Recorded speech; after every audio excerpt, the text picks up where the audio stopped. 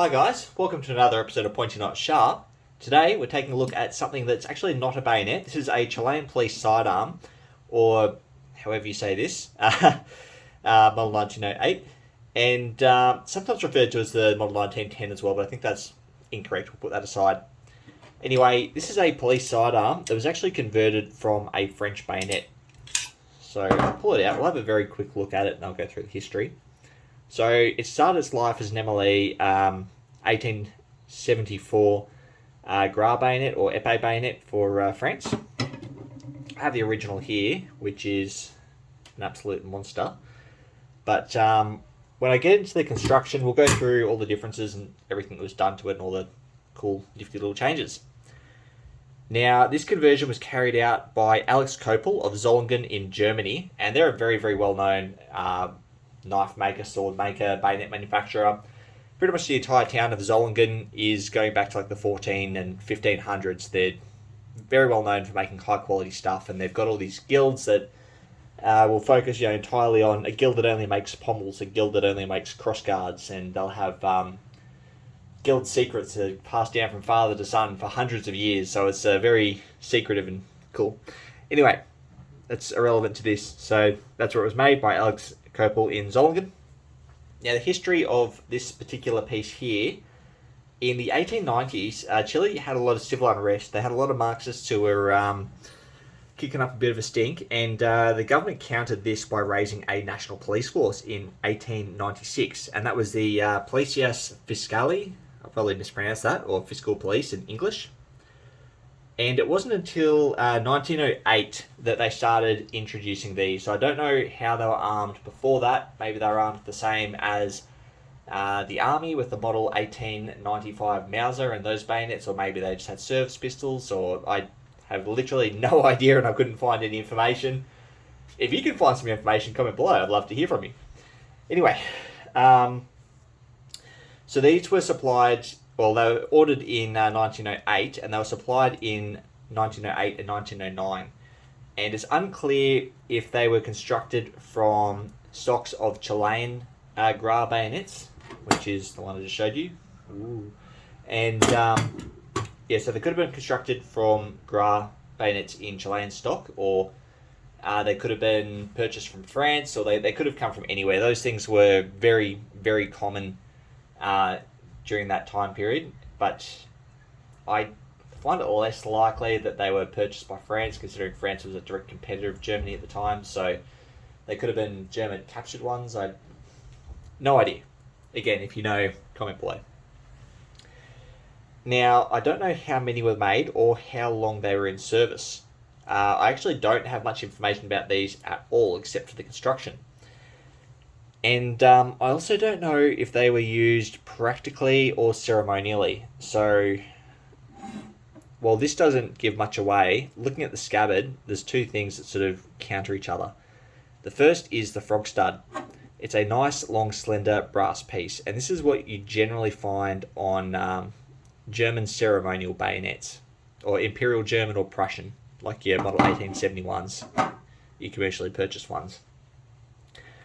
However, police forces around the world have always been a bit formal when conducting business, and it wasn't until the early 2000s in my own home state of New South Wales here in Australia that police officers stopped wearing court attire when they started attending calls. So that could just be the dress of the day, or that could be an inclination that these were for ceremonial purposes and not practical. But what makes me lean towards practical is this scabbard is very, very heavy and very, very solid. Now, I found no documentation to support this. This is purely speculation. But when you hold it like this, if you hit someone with this, you would do some serious damage. This feels like a baton to me. I wouldn't be surprised if they were used as batons, but again, I have no idea. I like the idea of, you got your less than lethal and your lethal, but again, I don't know. If you know, comment below. All that aside though, I'll jump into the construction and what makes them different, or how they were converted. So first and most noticeably is the length of the blade. So got to do a bit of sliding here to really get that on camera, because the original was very, very long. In fact, if I recall, it's the longest bayonet I've ever tried to review, and I had to stack my tripod on top of a bunch of books last time to get the whole thing in frame. But they cut the blade down to 11 inches. Now, if you're familiar with the blades on the grass style bayonets of the Model 1874, you'll know they've got a T style blade. So you've got a really flat, thick spine, and then a thin blade that comes down the center. And as you can see, they've finished the blade almost where the T intersects. T finishes about there, they've finished the blade there. Now, the second thing that they've done, I found documentation that said they have removed a screw here on the muzzle ring. Gra bayonets do not have a screw, so that is incorrect. They have a rivet here, and they also have rivets going through either side of the blade, through the crossguard. All three of those rivets have been ground down and are no longer visible. I think the confusion there is the Chassepot bayonet that was before this one. They didn't have standardized size muzzles or muzzle rings, so they came with an adjustable screw. So you could adjust a bayonet to fit a specific rifle and they weren't interchangeable. One of the big reasons this particular bayonet was introduced was to make it stock standard, interchangeable bayonets and rifles. That's why that has a rivet. So if you hear someone say the screw was ground down, not true, the rivet was. And next and most obvious, well not most obvious, but very obvious, is the grip. The French one has a wooden grip with a brass end. It has this distinct humpback as well. Then we have a leaf spring and push button, as well as, of course, a mortise for the bayonet lug. That's all been done away with, as well as the rivets. All we've got here is a very simple brass handle, and it's very reminiscent of the Model 1871 Seitengewehr that the Imperial Germans or the Prussians used, in that it's a thin, profiled brass handle, and it's textured on one side, but not the other. In all honesty, the first few times I saw one of these, before I knew what they were, I thought they were some kind of Imperial German shortened thing, but no, Chilean. There you go. Anyway, I shall get these out of the way, and we'll briefly discuss the scabbards and how they changed. Now, there were a couple of changes here. First off, the length, that was cut down and a new chape was placed on the end with this really solid brass piece at the end. And this just feels so heavy compared to this. This feels really, really light. This is just, wow. Like, I wouldn't be surprised if this weighed more than this.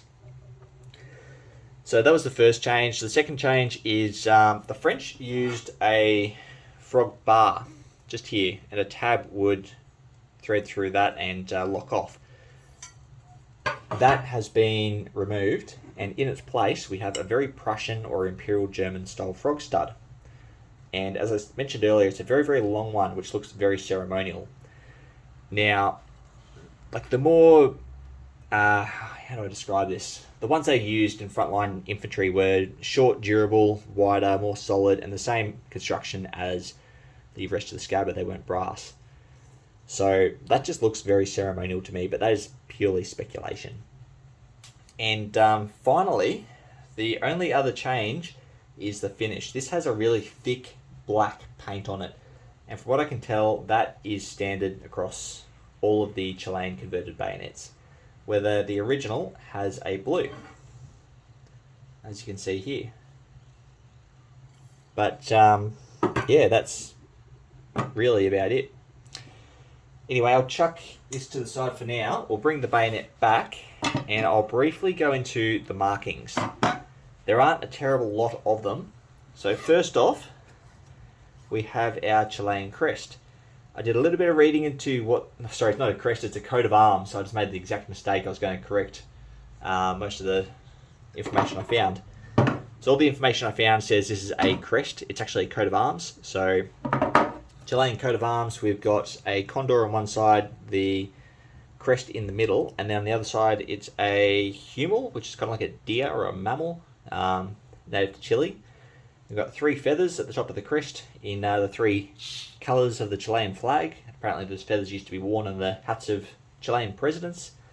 And they're standing on a ribbon which reads "Por la razón this," which essentially translates to "by reason or force." So I'm guessing once you run out of reason, you use the force. The only other marking that was actually put on these, specifically for these, was a serial number, which is up here on the pommel. It's probably hard to make out, so I'll put a photo up. It appears to be a standard Mauser style of serial number with 4 numbers and 1 letter prefix. I imagine every 10,000 it would increment up 1 letter. A lot of the Mauser serial numbers start with just the 4 numbers and then increment up to A, and then 0001, which would be 10,001.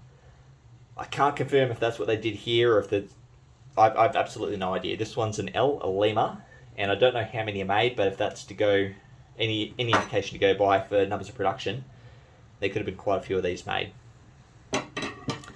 I've seen quite a few with lower numbers. I haven't seen much higher than L, so I'm assuming this is probably one of the later ones. And finally, we just have 2 other markings. We have a leftover French proof mark here on the ricasso, which wasn't obliterated like the rest. And then we have a little 15 just here by my thumb. And that's another number of the original French bayonets, which was not obliterated. Initially, the French ones also had a serial number here and then a whole bunch of markings up here and all around the place to designate the factory controllers and factory managers at the time of manufacture, as well as the year of manufacture and factory on the spine, but that's been rather crudely removed. You can still see horizontal machining marks. It's not particularly well done. The entire thing, while quite nice, the conversion itself wasn't done to the highest quality, so I'm guessing it was a cheap contract. They wanted it done quick and easy. Anyway, guys, that's all I really have to say about this. They're not terribly common, and for some reason they tend to sell for a lot of money. I don't know if there's much of a market of people collecting them because they're not bayonets, and I don't know how many people are interested in collecting daggers and sidearms of the Chilean police from 1908, but they certainly command a premium down here for some reason. But again, you see them advertised for a lot. I don't see a terrible lot of them sell. But I'll be getting rid of this one shortly just because it doesn't really fit in with the rest of my collection, and I'd much rather move it on and bring in something nice to show you guys, just sort of continue the cycle, if you will. Anyway, guys, if I made any grievous errors, please feel free to comment below and correct me or add further information. I'd love to hear from you, and thanks for watching.